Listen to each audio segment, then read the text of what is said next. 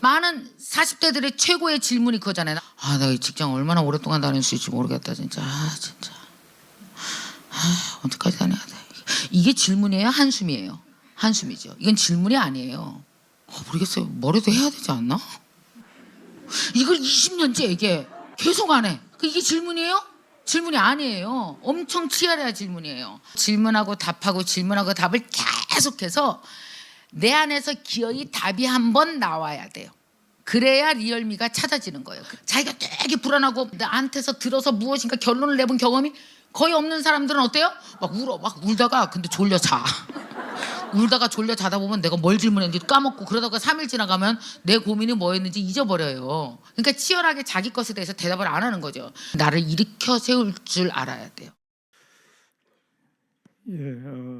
뭐 많은 사람들이 열심히 살아가고 있죠. 뭐 예전 설교에서는 생각보다 열심히 사람들이 살지 않는다 뭐 이런 얘기를 했었는데 오늘은 많은 사람들이 열심히 산다라는 전제하에 이야기를 진행하려고 합니다. 열심히 살았는데 허무하다. 이게 이제 사실 이런 생각은 이제 5, 60대 뭐 이럴 때 이제 많이 나타나죠. MZ 세대 지금 이제 30대 이하죠.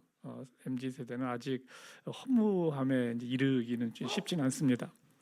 왜냐하면 열심히 이제 무언가를 이제 만들어가는 중이기 때문에 아직은 이 허무에 잘 이르지 않는다는 거죠. 다른 사람들이 좋다고 말하는 것을 쫓아가면서 살아갑니다. 보이는 거죠. 이제 보이는 것들 중에 좋은 것들, 보이게 좋은 것들을 이제 쫓아가면서 살아갑니다. 이걸 이제 니체가 노예의 삶이라고 얘기해요. 노예의 삶이다. 참 자아에서 오는 어떤 본질적인 삶을 사는 것이 아니고 타인의 욕망을 욕망하는 노예라고 얘기해요. 제가 예전에 얘기했었죠. 타인의 욕망, 다른 사람들이 막 그걸 하려고 하는 그 욕망으로부터 분출되는 그거를 나도 똑같이 욕망을 하는 그런 삶을 살아가는 것을 이제 노예의 삶이다 이렇게 이야기를 했습니다. 내가 누구인가, 내 인생 어디에서 어디로 가는가 이것을 알지 못한다면 이것저것 열심히 하지만 우리의 인생은 궁극적으로 도달할 목적이 없어요. 그래서 그것을 이제 purposeless life라고 얘기합니다. 목적이 없는 인생이라는 거죠. 뭔가 할 일은 많은데 내가 궁극적으로 어디에 가는 거지라는 그거에 대한 답이 없어요. 열심히 살았지만 곧 죽습니다. 어디에서 와서 어디로 가는가, 내가 누구인지 알아야 답을 할 수가 있어요. 내가 누구인지 알려면은 기준점이 있어야 합니다. 그 기준점이 하나님이고 성경은 그분이 아버지라고 이야기를 합니다. 아버지와의 관계를 통해서 우리는 내가 누구인지 알 수 있습니다. 오늘은 잘 알려진 돌아온 탕자 이야기를 이야기하려고 하는데 이 관점을 좀 다르게 보려고 합니다. 돌아온 탕자 이야기를 하나님과의 관계를 통해서 자신의 정체성을 알아가는 이야기로 하려고 합니다. 하나님을 오늘은 이제 아버지 같은 말로 씁니다. 그리고 일꾼, 뭐 노예, 종 이것도 이제 같은 말로 사용을 하도록 하겠습니다. 오늘 성경 본문은 누가복음 15장입니다. 15장 좀 길지만은 둘로 나눠서 이제 이야기를 하려고 합니다. 왜냐하면 우리가 이 상황 속에서 이것을 많은 것을 또 보기 때문에 같이 교대로 읽도록 하겠습니다. 예수께서 말씀하셨다. 어떤 사람에게 아들이 둘 있는데 작은 아들이 아버지에게 말하기를 아버지 재산 가운데서 내게 돌아올 몫을 내게 주십시오 하였다. 그래서 아버지는 살림을 두 아들에게 나누어 주었다. 며칠 뒤에 작은 아들은 제 것을 다 챙겨서 먼 지방으로 가서 거기서 방탕하게 살면서 그 재산을 낭비하였다. 그가 모든 것을 탕진했을 때 그 지방에 크게 흉년이 들어서 그는 아주 궁핍하게 되었다. 그래서 그는 그 지방의 주민 가운데 한 사람을 찾아가서 몸을 의탁하였다. 그 사람은 그를 들러 보내서 돼지를 치게 하였다. 그는 돼지가 먹는 쥐염 열매라도 좀 먹고 배를 채우고 싶은 심정이었으나 그에게 먹을 것을 주는 사람이 없었다. 그제서야 그는 제정신이 들어서 이렇게 말하였다. 내 아버지의 그 많은 품꾼들에게는 먹을 것이 남아도는데 나는 여기서 굶어 죽는구나. 내가 일어나 아버지에게 돌아가서 이렇게 말씀드려야겠다. 아버지, 내가 하늘과 아버지 앞에 죄를 지었습니다. 나는 더 이상 아버지의 아들이라고 불릴 자격이 없으니 나를 품꾼의 하나로 삼아 주십시오. 그는 일어나서 아버지에게로 갔다. 그가 아직도 먼 거리에 있는데 그의 아버지가 그를 보고 측은히 여겨서 달려가 그의 목을 껴안고 입을 맞추었다. 아들이 아버지에게 말하였다. 아버지, 내가 하늘과 아버지 앞에 죄를 지었습니다. 이제부터 나는 아버지의 아들이라고 불릴 자격이 없습니다. 그러나 아버지는 종들에게 말하였다. 어서 가장 좋은 옷을 꺼내서 그에게 입히고 손에 반지를 끼우고 발에 신을 신겨라. 그리고 살진 송아지를 끌어내다가 잡아라. 우리가 먹고 즐기자. 나의 이 아들은 죽었다가 살아났고 내가 잃었다가 되찾았다. 그래서 그들은 잔치를 벌였다. 여기에서 보게 되면은 아버지는 아들이 떠날 기회를 줍니다. 떠날 기회를 줘요. 어떻게 보면 집 나가면 개고생인 거 아는데 그 개고생을 하게 내버려 둡니다. 아버지는 아들을 사랑하기 때문에 떠날 자유를 줘요. 무책임한 거 아닌가 하는데 여하튼 떠날 자유를 줍니다. 이 사랑이라는 것은 속박하지 않는 거예요. 아들은 돈 챙겨갑니다. 호랑방탕한 생활로 재산을 탕진하고 굶어 죽어가면서 이제 깨닫는 거죠. 내가 여기서 굶어 죽는구나. 아버지 밑에서 잘 먹고 살던 시간을 이제 기억합니다. 헌데 보게 되면은 아버지의 사랑을 기억하지는 못합니다. 먹고 살던 시간은 기억해요. 하지만 아버지의 사랑을 기억하지 못해요. 그래서 이 아들이 돌아오는 것은 밥이나 먹으려고 아들이 아닌 일꾼으로 돌아오려고 합니다. 밥이나 먹으려고 돌아오는 거죠. 일꾼으로서 자신의 이용 가치를 이야기합니다. 내가 품꾼으로서 밥값은 하겠습니다 라고 이야기를 하는 거죠. 하지만 아버지는 아들을 사랑으로 보냈었는데 여전히 사랑으로 맞이합니다. 그래서 이제 새 옷, 새 반지를 끼워주고 또 신발을 신깁니다. 네가 누구인지를 알려줘요. 아버지는 아들이 죽었다가 살아왔다고 기뻐하면서 이제 잔치를 벌입니다. 잃었다, 이제 죽었다, 같은 표현으로 쓰는 거죠. 잃었다가 왔으니까 이제 죽었다가 온 걸로 이야기하는 겁니다. 아들은 품꾼으로 오는데 아버지는 아들로 맞이하고 있어요. 이 둘째, 작은 아들이죠. 지금 이 작은 아들이 망한 것은 축복의 시작인 거죠. 나의 이 아들은 죽었다가 살아났고 내가 잃었다가 되찾았다. 그래서 그들은 잔치를 벌였다. 이 축복의 시작은 망한 것에서 이제 시작을 하는 거죠. 하나님은 우리의 죄를 통해서 우리의 상태를 보게 합니다. 우리는 죄 가운데 죽어가는 자신을 보면서 하나님께 돌아갈 기회를 얻습니다. 죽어가고 있음을 알지 못하면 살아날 길을 찾지도 않습니다. 이 죽음이 우리에게 주는 유익인 거죠. 죽음을 알아야지 삶이 무엇인지를 알게 되는 것이에요. 죽음을 알아야 살 수 있는 길을 찾으려고 하는 것이죠. 이 작은 아들은 아버지를 사랑해서 돌아온 거 아니에요. 밥이나 굶지 않으려고 기어들어온 겁니다. 이 품꾼의 하나로 여겨달라고 하는 거죠. 아버지를 이용해서 먹고 살려고 온 거예요. 사실은 아버지를 이용해서 먹고 살려고 오는 거예요. 자신을 일꾼으로 이용할 가치가 있다고 이야기하는 거죠. 아버지는 너는 일꾼이 아닌 내 아들이다라고 이야기해요. 이 정체성을 아버지는 이야기해 주는 거죠. 아버지는 아들의 이용 가치를 보는 것이 아니죠. 그냥 사랑의 대상으로 계속 봅니다. 아버지와 아들의 관계를 시작할 수 있게 된 거죠. 이 작은 아들은 아버지를 사랑할 수 있는 시간을 얻게 된 거예요. 그런데 아직 보면은 이 스토리상에서 보게 되면은 아들이 아버지를 사랑한다는 그런 표현은 없어요.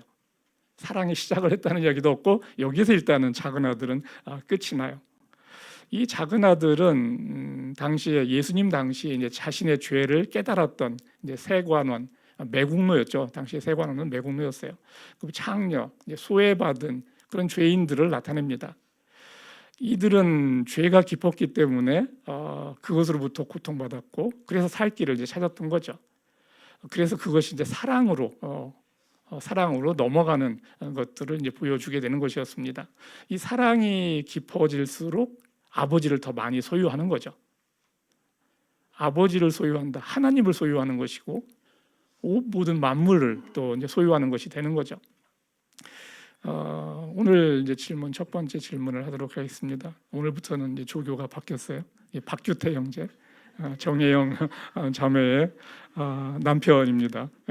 여기 교회 나온 지 얼마 안 됐고 제가 또 주례까지 섰었기 때문에 조교로 자라났어요. 조교로 자라나서 신기한데 저하고는 어쨌든 인척 관계입니다. 인척 관계로 한번 백으로 썼는데 얼마나 할지 한번 보도록 합시다. 자, 첫 번째 질문인데, 이 작은 아들이 집을 나가서 놀기도 하지만 아버지가 준 돈을 또 잘 굴렸어요. 놀면서. 그런 사람이 있잖아요. 참 돈 쉽게 버는 사람들이 있어요. 놀면서. 제 학생 중에 하나는 1년에 250일을 골프를 쳐요. 근데 돈을 많이 벌어요. 얘는 골프장에서 일을 해요. 뭐 이런 애가 있어요. 그래서 투자를 해서 또 대박을 났어요. 대박을 났어요. 그러면 아버지에게 돌아왔을까? 라고 한번 질문을 해보는 거죠. 뭐 아버지 재산 들고 나갔다고 해서 다 탕진하고 오는 거 아닙니다. 그죠? 그 중에 일부는 또 대박 나서 할 수 있는데 어떨 것 같아요? 돌아왔을까? 준비를 했던 게 있는데 이제 말씀을 들으면서 다시 생각을 좀 해봤거든요. 일단 그 아들은 아버지에게 돌아왔을 것 같습니다. 이 아들은 갑부가 돼서 아버지한테 돌아가서 아버지에게 효도를 하고 아버지 뭐 해외 여행도 또 시켜드리고 막 그럴 것 같은 마음이 들어요. 아니요, 그런 게 아니고 네. 자기가 이제 준 돈으로 이렇게 내가 이만큼 남겼다. 벌었다. 자랑도 좀 하고 아버지한테 그러려고 왔을 것 같습니다. 아버지한테 좀 자랑도 하고 폼도 좀 잡을 수 있고 여하튼 그 깊은 속은 모르지만은 여하튼 여러 가지 생각으로 돌아왔을 것 같다. 그렇죠. 뭐 이거는 어나더 스토리가 되는 거예요, 사실은. 이런 상상력을 발휘해야지 성경을 재밌게 읽을 수 있어요. 성경은 굉장히 단순한 어떤 내용들을 담고 있잖아요. 그 라인 사이를 상상력으로 채워 넣을 때 여러분은 그 살아있는 하나님과 내 이야기를 만들어갈 수가 있어요. 상상력이 없어지면 종교 생활로 가요. 이 상상력을 발휘해야지 여러분은 살아있는 하나님과 신앙생활을 할 수가 있습니다. 자, 그 얘기는 저는 더 알 수가 없어요. 어떻게 될지는. 자, 이렇게 이제 지금 작은 아들 얘기했고 이제는 이제 첫째 큰 아들 이야기로 넘어갑니다. 이제 25절부터인데 여기도 교대로 한번 읽도록 하겠습니다. 그런데 큰 아들이 밭에 있다가 돌아오는데 집에 가까이 이르렀을 때 음악 소리와 춤추면서 노는 소리를 듣고 종을 불러서 무슨 일인지를 물어보았다. 종이 그에게 말하였다. 아우님이 집에 돌아왔습니다. 건강한 몸으로 돌아온 것을 반겨서 주인 어른께서 살찐 송아지를 잡으셨습니다. 큰아들은 화가 나서 집으로 들어가려고 하지 않았다. 아버지가 나와서 그를 달랬다. 그러나 그는 아버지에게 대답하였다. 나는 이렇게 여러 해를 두고 아버지를 섬기고 있고 아버지의 명령을 한 번도 어긴 일이 없는데 나에게는 친구들과 즐기라고 염소 새끼 한 마리도 주신 일이 없습니다. 그런데 장녀들과 어울려서 아버지의 재산을 다 삼켜버린 이 아들이 오니까 그를 위해서는 살찐 송아지를 잡으셨습니다. 아버지가 그에게 말하였다. 얘야, 너는 늘 나와 함께 있으니 내가 가진 모든 것은 다 내 것이다. 그런데 이 아우는 죽었다가 살아났고 내가 잃었다가 되찾았으니 즐기며 기뻐하는 것이 마땅하다. 이 큰아들은 아버지를 주인, 자신은 일꾼으로 생각합니다. 아버지는 주인, 자기는 일꾼으로 생각해요. 그래서 일한 만큼 돈을 받아가는 일꾼으로 생각을 합니다. 아버지 자체에는 관심이 없어요. 돈을 벌기 위해서 큰아들은 아버지를 이용하는 거예요. 자신의 돈벌이를 위해서. 열심히 일을 합니다. 그러니까 떳떳하죠. 자기가 일한 만큼 돈을 받아가는 거니까. 사실 여기에서 이제 자기 의를 쌓고 있는 거거든요. 자기 의를 쌓고 있어요. 아버지가 지금 나의 것은 다 너의 것이다라고 말하는데 그 말을 이해하지 못합니다. 이 사랑이 뭔지 전혀 알지 못하고 있어요. 아버지와 함께 살지만 계속 함께 살았지만 사랑이 뭔지를 전혀 모릅니다. 큰아들에게 염소 새끼 한 마리도 안 잡아줬다. 그러면은 큰아들은 아버지에게 염소 한 마리 잡아주세요 하면은 아버지가 안 잡아줬을까? 한번 생각을 해보세요. 염소 한 마리 잡아주세요. 잡아주죠. 자존심 상해서 얘기 안 해요. 자기는 그냥 자기가 벌어서 먹고 살고 싶은 거예요. 아버지와 함께 하지만 아버지한테 그걸 요청할 줄도 모르고 받을 줄도 모르는 거죠. 아버지를 아버지라고 부르지만 아버지를 사랑의 관계로 알지 못합니다. 그러면 정말 이 큰아들은 아버지한테 받은 게 없나요? 인건비만 받아서 지금 살고 있나요? 둘째가 작은 아들이 집 나갈 때 큰 아들에게 줬습니까? 안 줬습니까? 줬어요. 그거 염소 100마리도 사 먹을 수 있는 돈 준 거야. 왜냐하면 장녀들하고 나가서 호랑방탕하게 살 돈이면 큰 아들에게 더 줬으면서 줬지 작게 주지 않았어요. 그걸로 염소 100마리 사서 먹으면 되는데 그 돈은 내 인건비니까 이거는 아버지가 준 게 아닌 거예요. 인건비로 내가 받은 거니까 이건 내 거지. 아버지에 대한 감사 없어요. 감사할 게 없죠. 왜냐하면 내 인건비로 받은 거니까. 그거는 아버지를 아버지로 알지 못해요.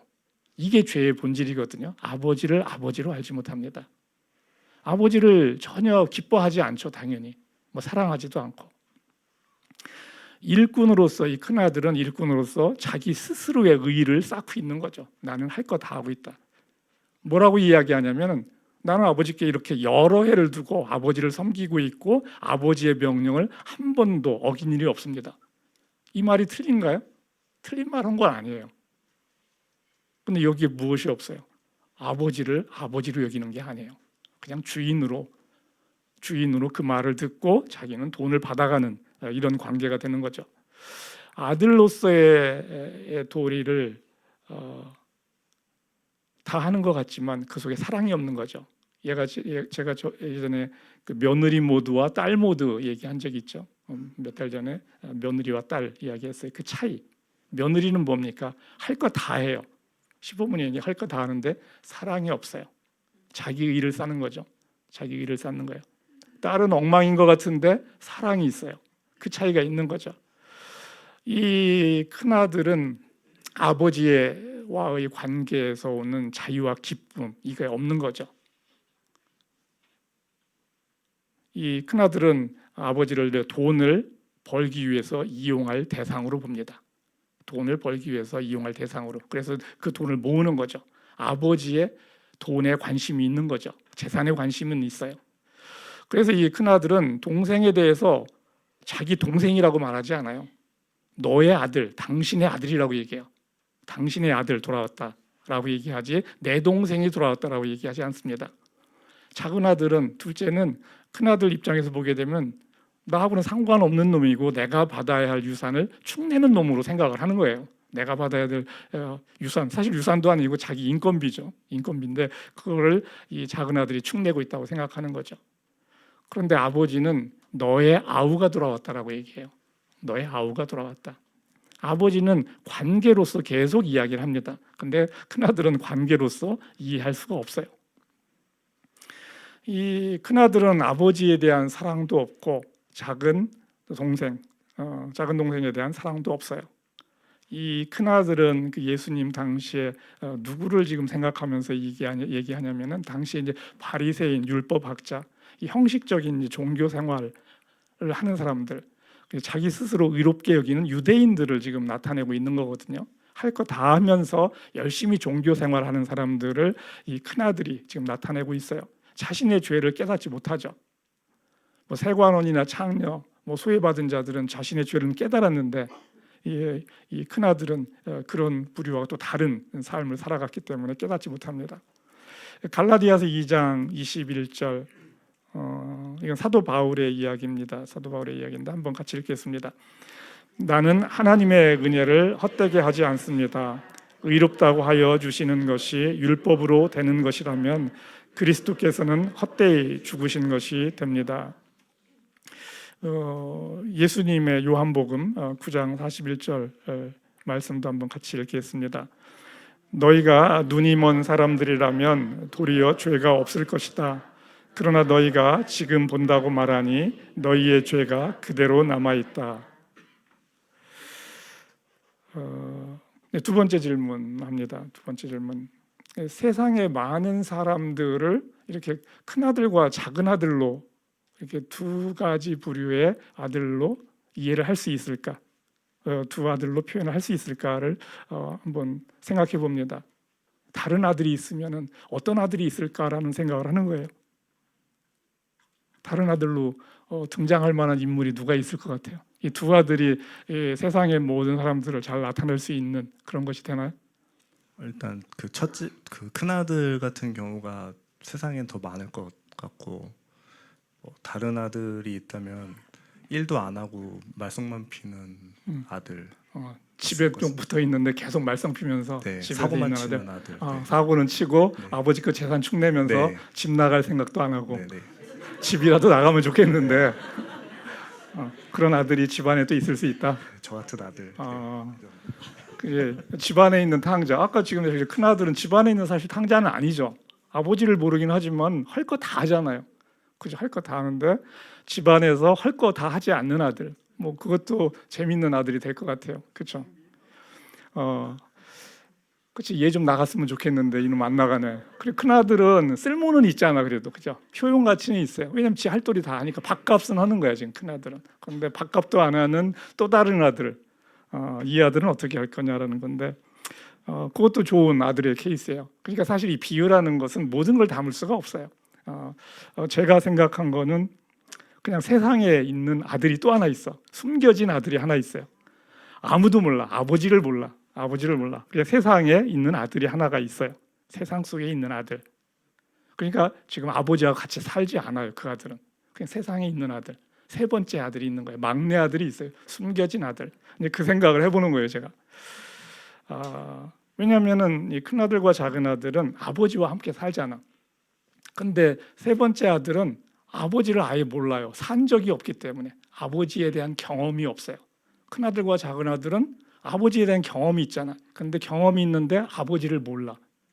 이제 그 아들이 이제 둘 아들이 되고, 이제 세 번째 아들은 세상에서 그냥 태어났어요. 아버지가 뭐 바람이 나서 났을지 모르지만 어쨌든 어떤 연유로 인해서든 세상 속에 여하튼 세 번째 아들이 있어요. 이방인인 거죠. 하나님과 아버지를 제가 같은 말로 계속 쓴다고 얘기했고요. 세상에서 태어나서 세상에서 자랍니다. 이스라엘 백성과 다르죠. 이스라엘 백성은 하나님을 경험하고 그것이 역사적으로 계속 이어져 왔어요. 하나님과 함께했다는 것은 이스라엘 백성들은 다 알고 있는 거예요. 큰 아들과 작은 아들은 아버지와 계속 살으니까 아버지의 존재에 대한 거는 전혀 의심의 여지가 없어요. 그런데 아버지를 모르는 거죠. 근데 세 번째 아들, 막내 아들은 아버지가 있는지 없는지조차 알 수가 없어요. 이방인인 거예요. 그러니까 이제 우상 숭배하고 살아가는 거죠. 아버지가 있는지 없는지 모르니까. 그리고 아버지가 있는지 없는지에 대해서 관심도 없어요. 세상에서 살만해요. 그리고 자, 이런 상태에서 이 아들이 하나님께 나올 수 있을까? 현재 우리나라 사람들 30대 이하는 80%가 무교입니다. 80%가 무교예요. 종교 있냐 없냐 했을 때 종교가 없어요. 80%가. 자, 그러면은 자신이 누구인지 모르고 그런 거에 대해서 관심도 없어요. 하나님과 떨어져 살만한 거예요. 하나님을 생각하지 않고 세상에서 살만합니다. 그리고 그 삶에 익숙해졌어요. 잠시 이렇게 살다가 늙어 죽는 것, 그 재미 좀 보고 즐겁게 하죠. 그리고 돈 벌어서 뭐 이것저것 먹고 뭐 여행도 가고 그냥 재밌어요. 살만합니다. 그렇게 살다가 그냥 때가 되면 늙어 죽는 거지 뭐. 다 요양원도 있고 다 이런 걸 보는 거죠. 그 보는 것을 통해서 내 앞으로 어떻게 될지도 다 예측을 하고 그걸 또 받아들입니다. 죽음이 다가오는 것을 뭐 두려워할 필요도 없어요. 다 죽는 거니까 그냥 받아들이는 거죠. 그렇게 믿고 살면 결국 삶은 그렇게 끝나는 거죠. 그렇게 믿고 살면 삶은 그렇게 끝나요. 성경은 하나님이 사람을 잠시 살다 죽는 존재로 만들었다고 하지 않습니다. 영원히 사는 존재로 만들었다라고 성경은 이야기를 하거든요. 사람을 하나님의 자녀로 만들었다고 합니다. 이 구원이라는 것을 우리는 죽어서 천국 가는 것 이렇게 생각하면 여러분은 구원을 모르는 거예요. 사실은 구원은 내가 누구인지 알고 내 존재의 의미대로 살아가는 거예요. 그게 구원이거든요. 하나님의 자녀로서 가장 인간다운 모습으로 살아가는 것, 이게 구원입니다. 하나님 안에서 서로 사랑하는 거죠. 이것을 위해서 예수님이 이 땅에 오신 거거든요. 그것을 가르쳐 주려고 예수님이 이 땅에 오셨어요. 요한일서 3장 23절 한번 같이 읽겠습니다. 하나님의 계명은 이것이니 곧 그 아들 예수 그리스도의 이름을 믿고 그리스도께서 우리에게 명하신 대로 서로 사랑하라는 것입니다. 이것을 못 알아들으니까 결국 예수님이 오신 거거든요. 구약에서는 하나님이 말로 했고 벌도 주고 뭐 혼도 내고 하면서 계속 했는데 계속 못 알아들으니까 결국은 하나님이 자신의 아들, 그건 이제 적자죠, 양자가 아닌 자신의 아들을 이 땅에 보내서 직접 말하게 한 거죠. 이것을 믿고 살면 영생이 된다는 거죠. 영원한 삶으로 간다는 거죠. 하나님은 하나님을 찾을 때까지 기다리세요. 많은 이방인이 여기에 해당되는 거죠. 하나님을 찾을 때까지 기다리세요. 아담은 죄를 짓고 에덴 동산에서 쫓겨났습니다. 아담은 스스로 나간 게 아니에요. 쫓겨났어요. 벌로서 쫓겨났어요. 죄를 지어서 쫓겨난 거죠. 스스로 집을 나간 것이 아니죠. 아버지에 대한 죄의식이 사실 그러니까 없어요. 그냥 죄 짓고 나가서 벌을 받고 있는 거죠. 그냥 죄 가운데 그 원죄라고 보통 얘기하는 건데, 그런데 세상에 나가 살면서 이제 적응해서 살만해졌어요. 아버지 없이 살만해졌어요. 그러니까 이들에게는 돌아온 탕자의 의미가 와닿지 않는 거예요. 돌아올 아버지가 없어요. 아버지에 대한 경험이 없으니까 돌아올 아버지가 없어요. 그런 세상 사람들에게 하나님을 찾고 찾으라, 그러면 만나 주시겠다라고 하나님이 얘기하는데, 이거 쉽지 않은 얘기죠. 하나님에 대한 경험이 없는데 그분을 찾고 찾으라고 하는 게 세상 사람들에게 쉬운 얘기 아니라는 거죠. 그러니까 먹고 살만해질수록 하나님을 찾는 사람은 더 줄어듭니다. 세상이 살만하기 때문에. 어려울 때는 오히려 하나님을 찾고, 너무 세상이 힘드니까 내세에 대한 소망이라도 있으면 좀 견딜 수 있잖아요. 그런 것 때문에 또 오히려 어려울 때 하나님을 찾는데, 뭐 본질은 아니죠. 본질은 자신의 정체성을 아는 건데, 여하튼 어려우면 그나마 찾는다는 거죠. 그런데 살만하면 안 찾는 거죠. 그러니까 어려운 거예요. 우리나라도 그만큼 지금 살만한 상태가 됐기 때문에 자꾸 찾는 것이 어려운 상황이 됐다는 것을 이야기하는 거죠. 여기 환풍기 좀 틀어줄래요? 좀 에어컨을. 예레미야 29장 13절, 이건 하나님의 말씀인데 한번 같이 읽겠습니다. 너희가 나를 찾으면 나를 만날 것이다.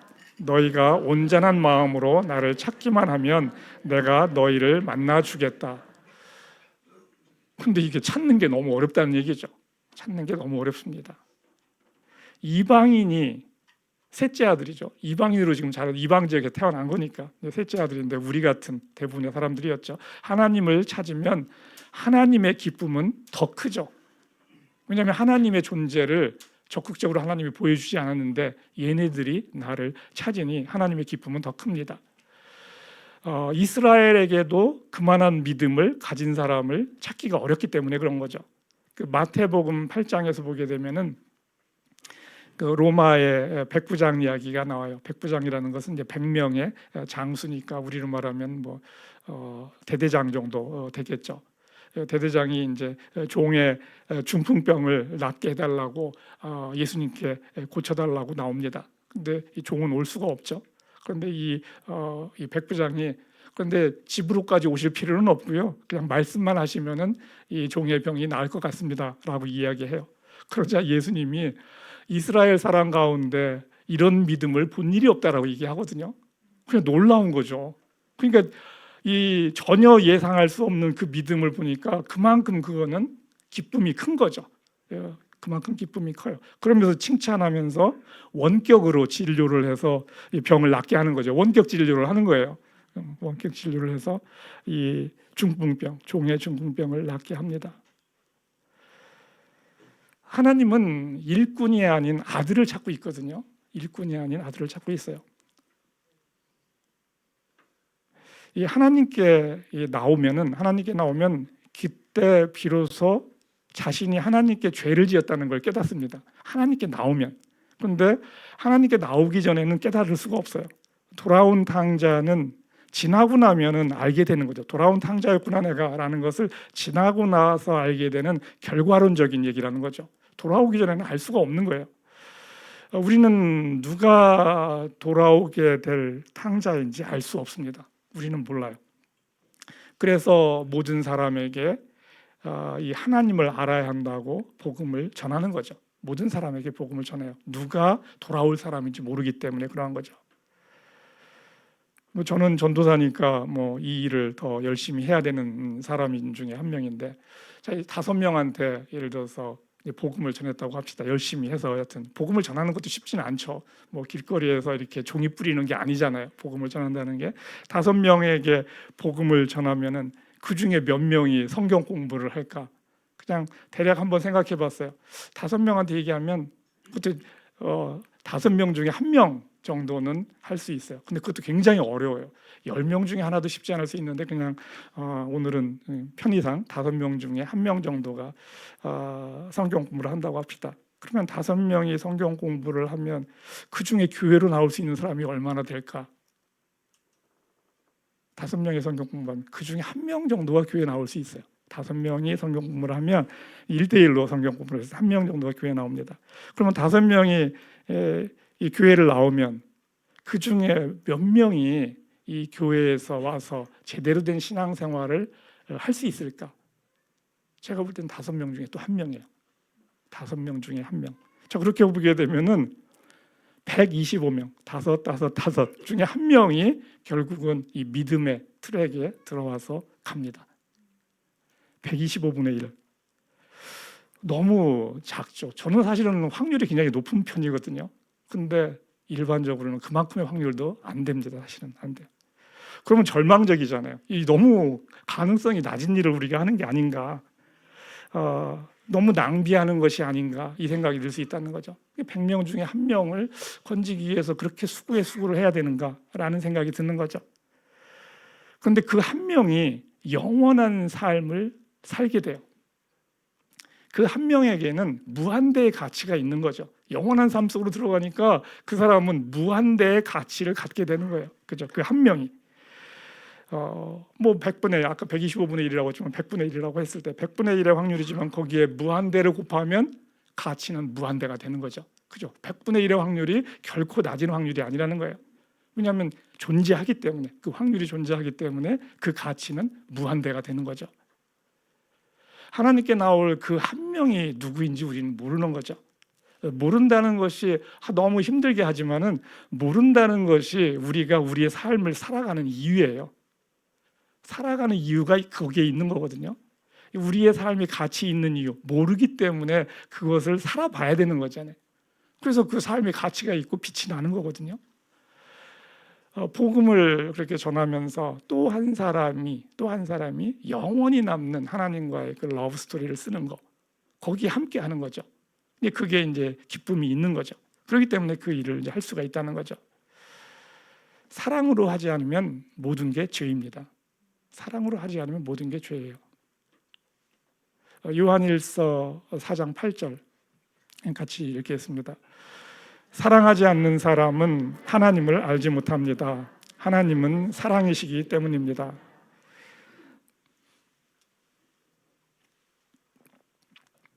하나님을 이용하려는 것이 죄예요. 하나님을 이용하려는 거, 자기 의를 쌓는 것이 거기에 있습니다. 자신을 갉아먹고 다른 사람을 또 정죄합니다. 일꾼이 아닌 아들로서 일해야 합니다. 아들로서 일을 해야 돼요. 같은 일을 하는데 일꾼으로 일할 거냐, 아들로서 일할 거냐 전혀 다릅니다. 뭐 S사의 뭐 이재용 회장 예전에 그 아버지 회사에서 일하는데 일꾼으로 일하겠습니까? 지금은 이제 본인이 회장이 됐지만은 아들로서 일하는 거죠. 아들로서 다르다는 거죠. 아들로서 일하면 이제 기쁨으로 일할 수가 있는 거죠. 그 쓸모 있는 아들이 아닌 하나님을 사랑하는 아들이 돼야 돼요. 쓸모 있는 아들. 우리는 자꾸 효용 가치를 생각하려고 하거든요. 내가 쓸모 있는 사람이 되자, 하나님의 일꾼이 되자 이러는데, 하나님을 사랑하는 아들이 돼야 돼요. 일꾼이 되려고 하면 나는 좀 있으면 지칩니다. 그래서 다른 사람을 판단해요. 난 이렇게 열심히 일하는데 쟤는 왜 이렇게 안 해? 이렇게 판단하는 거죠. 그리고 결과가 안 좋으면 또 누군가를 비난하고 또 자신을 막 자책해요. 뭐 성과가 나와야 되는 거거든요. 그런데 하나님을 사랑하는 아들로 일하면 그거에 연연해하지 않을 수가 있어요. 많은 기독교인, 오늘날 교회 다니는 많은 기독교인은 하나님께 기도하고 봉사하고 뭐 헌금하고 뭐 새벽기도 뭐 요즘은 좀 덜하지만 뭐 그런 것도 막 하고 합니다. 열심히, 그리고 자신의 쓸모를 증명하려고 해요. 내가 쓸모 있는 존재다. 교회에서 쓸모 있는 존재다. 하나님께 쓸모 있는 존재라는 걸 증명하려고 합니다. 그리고 이제 하나님을 얼르고 달래는 거죠. 막 기도 열심히 하면서 그러면서 이제 원하는 복을 얻어내려고 하죠. 기도 내용을 보면 자신이 원하는 그 리스트가 있잖아요. 결국은 하나님을 얼르고 달래가지고 그거 얻어내려고 하는 거거든요. 교회를 다진지만은 여전히 욕망의 노예에서 벗어나지 못하는 거죠. 참 자아의 삶으로 나가지 못합니다. 정작 복의 근원이신 하나님께 이르지 못하는 거죠. 하나님은 우리를 이용해서 하나님의 뜻을 이루려는 분이 아니에요. 하나님은 우리를 자녀로 부릅니다. 그냥 하나님의 일을 함께 하자라는 거죠. 아들로서 함께 하자는 거예요. 우리를 이용하려는 게 아닙니다. 자녀와 함께 모든 것을 함께 하기를 원하는 아버지라는 거죠. 그러면서 거기에서 이야기를 만들어 가는 거죠. 그냥 하나님을 그냥 바라만 보는 존재가 아니고 그냥 하나님이 나와 함께 하면서 계속 이 상황 저 상황에서 스토리를 만들어 가는 거. 이게 우리의 인생이라는 거죠.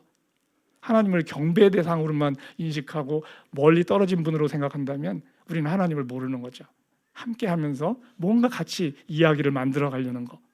하나님은 우리를 이용하려는 분이 아니라는 거죠.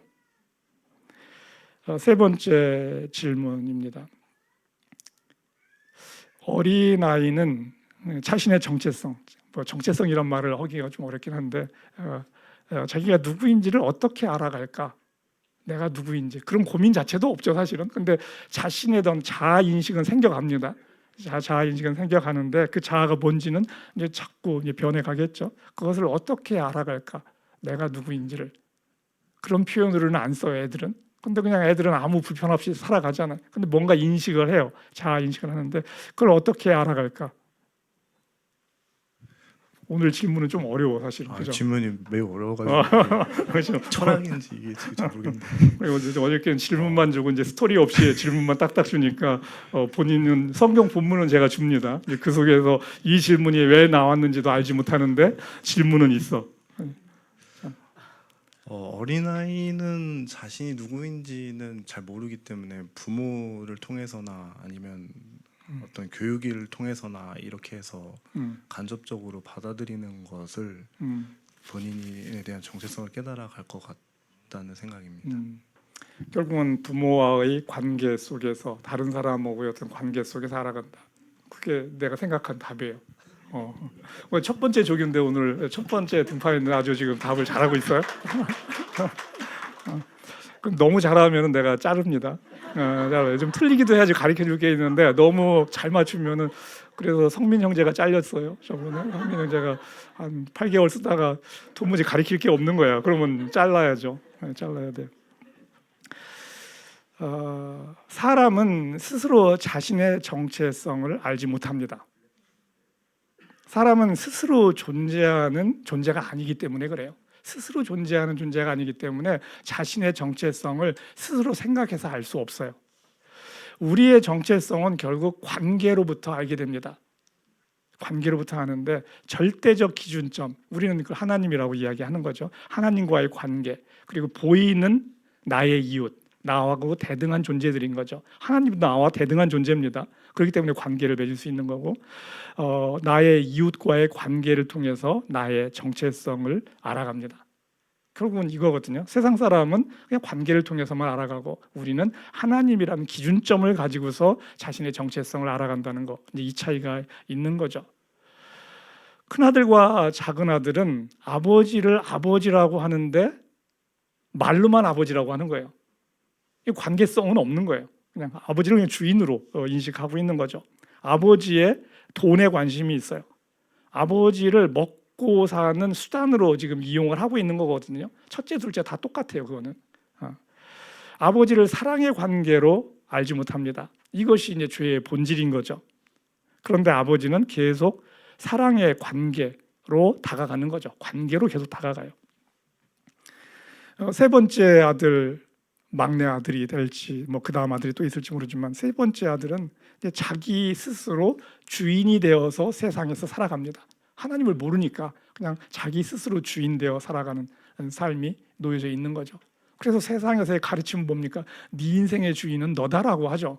그러면서 내 인생은 나의 것. 뭐 이거 뭐 노래에서도 하고 그것이 세상에 가르침이 되는 거죠.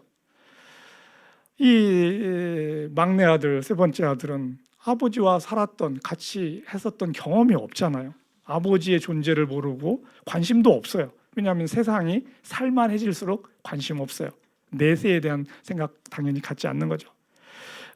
세상에서 하나님 없이 사는데 익숙해진 거죠.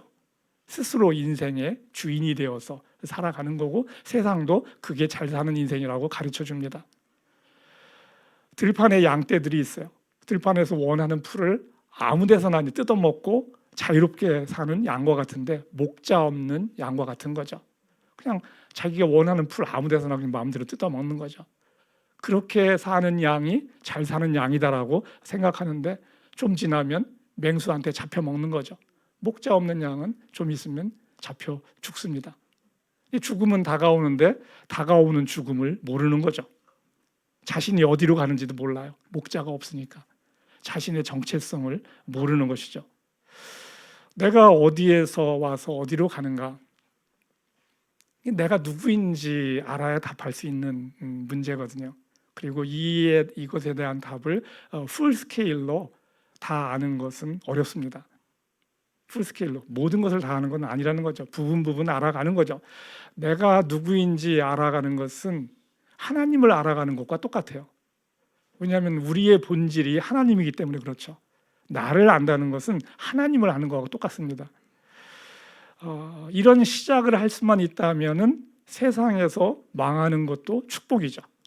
이 시작을 할 수 있으면 세상에서 망하는 것도 축복이에요. 세상에서 망하지 않고 하나님께 나오려면 이러한 진리에 대한 갈망이 있어야 합니다. 그런데 이 진리에 대한 갈망을 갖는 게 너무 어렵죠. 너무 어려워요. 세상에서 살만하면 살만할수록 이런 갈망을 갖기가 어렵습니다. 이 보이는 세상이 너무 좋기 때문에 그러한 거죠. 그래서 부자가 천국에 가기 어렵다라는 거예요. 부자가 진리를 갖기가 어렵다는 거죠. 하나님을 이용하는 자가 아닌 하나님을 사랑하는 자가 돼야 됩니다. 우리의 정체성은 하나님의 아들이에요. 하나님의 일꾼이 아닌 아들로서 살아야 됩니다. 며느리가 아닌 딸로서 살아야 된다는 거죠. 그 종교 생활이 아닌 신앙 생활로 들어가야 된다는 거예요. 그런데 교회 다니는 사람의 제가 볼 때 90%는 종교 생활을 하면서 신앙 생활을 한다고 생각을 해요. 그러니까 알려줄 방법이 없는 거예요. 알려줄 방법이 없어요. 죽은 이야기가 아닌 살아있는 이야기를 써나가야 되는데 종교 생활을 하면 죽은 이야기만 써가는 거거든요. 처음에 하나님을 이용할 수 있어요. 교회에 나오는 목적이 순수하지 않을 수 있어요. 사실 그렇기 때문에 교회에서 생기는 많은 어려움들이 있는 거 다 그 속에 그것이 다 포함되는데 대표적으로 보면 어떻게 보면 교회를 세습한다. 하나님을 이용하는 거잖아요. 그래서 자기 장사하는 거죠. 교회를 세습한다면 그건 하나님을 이용하는 거예요. 그래서 자기 장사를 하나님을 이용해서 자기 장사하는 거니까. 교회에서도 보면은 자기가 잘 쓰임 받지 못하면 또 다른 데로 가기도 하고 하는데 그거는 자기가 원하는 것이 있다는 거예요. 하나님이 아닌 자신이 원하는 어젠다가 있는 거예요. 그게 찬양일 수도 있고 교회에서 여러 가지 활동들이 있는데 그런 것에서 자기가 잘 쓰임 받지 못하면은 방황하다가 떠나려고 해요. 그게 본질로 가는 게 아니고 주변적인 거에서 자신이 드러나기를 원하는 거죠. 불쌍한 거죠, 사실은. 사실 불쌍한 거예요. 왜냐하면 본질이 뭔지를 모르니까 그러는 거거든요. 본질을 알면 그렇게 할 수가 없는데 모르니까 그렇습니다. 갈라디아서 4장 7절 사도 바울의 이야기인데 한번 같이 읽겠습니다. 여러분 각 사람은 이제 종이 아니라 자녀입니다. 자녀이면 하나님께서 세워주신 상속자이기도 합니다. 하나님이 내 아버지라고 그것을 정말 믿는다면은 정말 모든 게 끝이 난 거거든요. 그 믿음이 작으니까 이제 계속 우리는 시달리는 건데 그걸 키워가는 거죠, 사실은. 이 말 한마디가 진짜 내 것이 된다면 하나님께서 세운 상속자라는데 내가 왜 이렇게 찌질하게 살지? 세상에서 가진 게 없을 수도 있어요. 그렇지만 찌질하게 살지는 않을 수 있어요. 가진 게 없다고 해서 다 찌질한 거 아니에요. 가진 게 많아도 아까 뭐 교회를 막 세습하고 이렇게 하는 거는 제가 볼 때 찌질한 거거든요. 불쌍한 거예요. 하나님이 주는 그 여유로움이 있어야 되는데 이런 하나님의 말씀이 우리 가운데 있게 되면은 그 삶을 상황에 관계없이, 물론 우리의 믿음이 작으니까 흔들리기는 하죠. 그렇지만 다시 자신의 자리를 찾는 거죠. 그렇게 살아갈 수가 있는 거죠. 돌아온 탕자의 이야기의 끝은 뭘까? 그냥 공통 질문을 한번 던져봐요. 공통질문. 세 아들의 이야기의 끝은 뭘까? 첫째 아들, 얘가 하나님께 언제 돌아올까? 이 언제 하나님을 알 수 있을까? 작은 아들이 왔는데 그 아버지가 하는 행동들을 보면서 아버지를 알까? 둘째가 지금 아버지를 사랑하는 상태로 들어간 건 아니에요. 아버지는 아들로서 환대를 했지만 아버지를 정말 사랑의 관계로 들어가서 사랑했다는 표현은 아직 없어요. 그냥 이거는 계속 진행형이라는 거죠. 셋째, 막내 아들은 아버지에 대한 기억이 없고 집 나간 적이 없죠. 그냥 아예 바깥에서부터 살았으니까. 그리고 아버지가 한몫 자기한테 챙겨준 것도 없어요. 그리고 이런 셋째 아들이 아버지께 왔을 때 예수님 믿고 하나님께로 왔어요. 그런데 내 현실적 삶을 아버지가 바로바로 해결해 주지 않아요. 또 이게 어려움이죠. 아버지께 왔는데 아버지가 부자인 줄 알았는데 그냥 단칸방에서 같이 살자고 하는 거예요. 그런 하나님을 또 직면할 수가 있어요. 예전에 TV에서 하는 어떤 그 대담 프로그램 하나 있었는데 그 탤런트인데 꽤 상당히 좀 생각이 있는 남자 탤런트라고 생각을 했는데 그 이름은 잘 생각 안 나요. 근데 이제 자녀가 있었어요. 그래서 이제 아나운서가 자녀를 키우면서 그 가장 어려운 게 뭐냐라고 물어봤어요. 초등학생 정도 되는 이제 아이를 둘을 갖고 있는 그런 탤런트였었는데, 그런데 좀 생각을 하더니 남자 배우였는데 내가 해줄 수 있는데 해주지 않는 게 너무 어렵대요. 해줄 수 있는데 해주지 않아야 되는 게 너무 어렵대요. 애가 원하는 거 막 해줄 수 있어요. 돈도 있고 시간도 있어. 해줄 수 있는데 매 순간 자기는 그게 갈등이라고 그래요. 그래서 세상의 사람도 저런 고민을 하는구나. 아주 굉장히 지혜로운 아빠인 거죠. 애가 원하는 걸 다 해주는 것이 애를 망가뜨리는 거거든요. 감사가 없어지고 그리고 기쁨도 결국은 사라지는 거거든요. 그게 세상에서 지혜 있는 사람도 그 말을 하는데 하나님은 세상에 지혜 있는 사람만 못합니까? 아버지한테 왔으니까 이제 아버지 나 좀 살만하게 해주세요. 이제 내가 세상에서 힘들고 내가 대우받지 못하고 그것 때문에 너무 고통스러웠는데 이제 아버지 집에 왔는데 좀 번듯하게 좀 종들도 좀 쓸 수 있게 해주고 이제 카드도 좀 주시고 마음대로 살게 좀 그런 축복 줄 수 있지 않냐고. 근데 하나님은 원하는 거 다 안 해주고 꼭 필요한 건 해줘요. 좀 인색해요. 이런 아버지를 만나게 된다는 거죠 또. 그런데 어떤 순간에는 예전에 내가 말했던 것들을 안 해줬었는데 어느 순간에 또 와르르 해주기도 해요. 도무지 알 수가 없어요. 그 아버지를 만나게 된다는 거죠. 아버지는 현금 부자인 것 같은데 현금이 잘 안 보여요. 내가 뭐 기도하면 즉시 해주면 현금을 줘야 되는데 현금을 안 줘요. 아버지는 어떤 존재일까 이런 생각하는데 큰 액수의 수표를 저한테 줍니다. 큰 액수. 뭐 한 1,000억 정도 되는 수표를 주는데 100년 후 만기되는 그 수표를 주는 거예요. 100년 후에 찾아 쓸 수 있는 수표를 줘. 이거 가지고 어떡합니까? 이거 가지고 내가 지금 당장 쓸 수도 없는데. 저희 이제 믿음을 보는 거죠. 이게 수표 있는 1,000억짜리 줬는데 이게 숫자도 다 있는데 이거 바로 쓸 수 없는 걸 줘요. 이런 아버지 세상에서 관심 없죠. 현찰을 줘야지 이게 관심이 있는 아버지가 되는데, 자, 이런 아버지도 괜찮다면 여러분은 영적 소질이 있는 거예요. 그런 아버지여도 살만하다라고 생각하면 영적 소질이 있는 겁니다. 그러면은 멋지게 하나님의 아들로서 살 수 있는 자질이 있는 거예요. 이분이 그래도 내 아버지고, 그래서 최소한의 것은 반드시 주시거든요. 굶어 죽지는 않습니다, 절대로. 그거는 하나님이 자존심이 있기 때문에 그거는 쪽팔려서라도 그렇게 할 수가 없어요. 근데 원하는 건 다 해주지 않는다는 거예요. 자, 이런 하나님도 괜찮다라고 생각하면은 정말 멋지게 하나님의 아들로 살 수 있는 자질이 그 사람에게는 있는 거죠. 그 한 사람이 누군지 우리는 알 수가 없어요. 그리고 이전에는 하나님을 이용하려고 했는데 어느 순간에 사랑하는 자로 바뀔 수가 있어요. 그 시점을 우리는 또 알지 못합니다. 자, 이 세 아들의 이야기는 끝이 아니고 모두 다 그냥 진행형입니다. 진행형이에요. 말씀을 정리하도록 하겠습니다. 오늘 돌아오지 않은 아들 이야기를 했어요. 일꾼과 아들이라는 것을 대비시켜서 이야기를 했습니다. 요한 1서 4장 8절 같이 읽겠습니다. 사랑하지 않는 사람은 하나님을 알지 못합니다. 하나님은 사랑이시기 때문입니다. 하나님은 일꾼을 찾는 것이 아니고 아들을 찾고 있습니다. 오늘 세 아들 이야기를 했어요.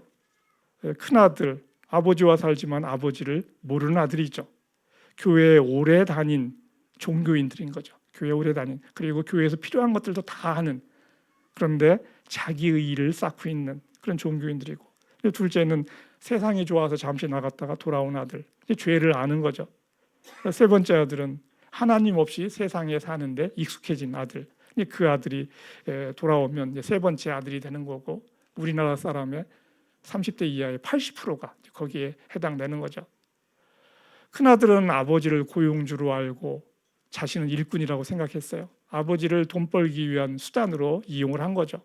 아버지한테 인건비를 받으니 감사할 것도 없고 자기 일을 쌓아가죠. 아버지를 사랑하지 않고 이용하려는 거죠. 이것이 죄인 거죠. 둘째 아들은, 작은 아들은 세상에 나가 탕진하고 아버지의 일꾼으로 밥이나 먹겠다고 돌아옵니다. 아버지를 밥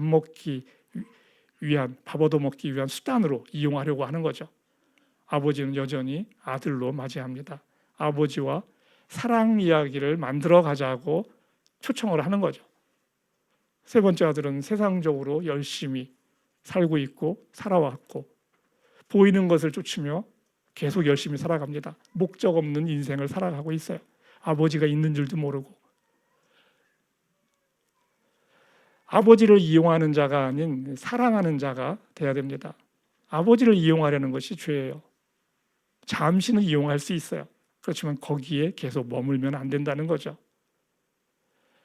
하나님이 셋째 아들을 찾고 있죠. 셋째 아들을 찾고 있다고 세상 가운데 알려야 됩니다. 그리고 우리가 하나님의 아들로 지어졌음을 알려야 됩니다. 리얼미, 진짜 나를 알도록 도와줘야 됩니다. 하나님의 아들로서 살아가는 자유와 기쁨, 이것을 알려줘야 되는 거죠. 여러분 모두 아버지와의 관계 속에서 자신이 누구인지를 알고 여유 있고 멋지게 살아가는 복을 누리기를 주님의 이름으로 축복합니다.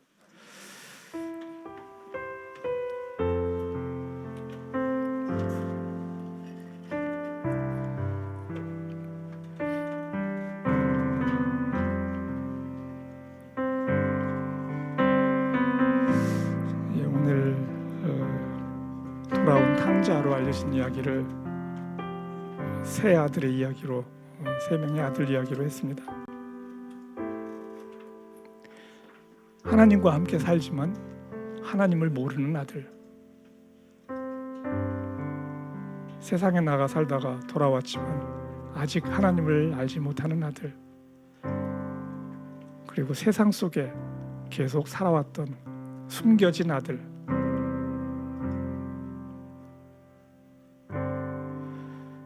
이 가운데 하나님은 함께 우리와 함께 스토리를 만들어가기를 원하십니다. 내가 누구인지 그것을 질문하는 사람이, 치열하게 질문하는 사람이 그것에 대한 답을 얻습니다. 얻으려고 하지 않기 때문에 얻을 수가 없는 거죠. 하나님은 하나님을 찾고 찾으면 만나준다라고 얘기했습니다.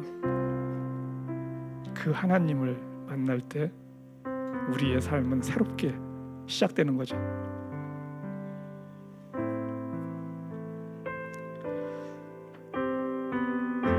함께 일어나셔서 헌신 찬송 하도록 하겠습니다.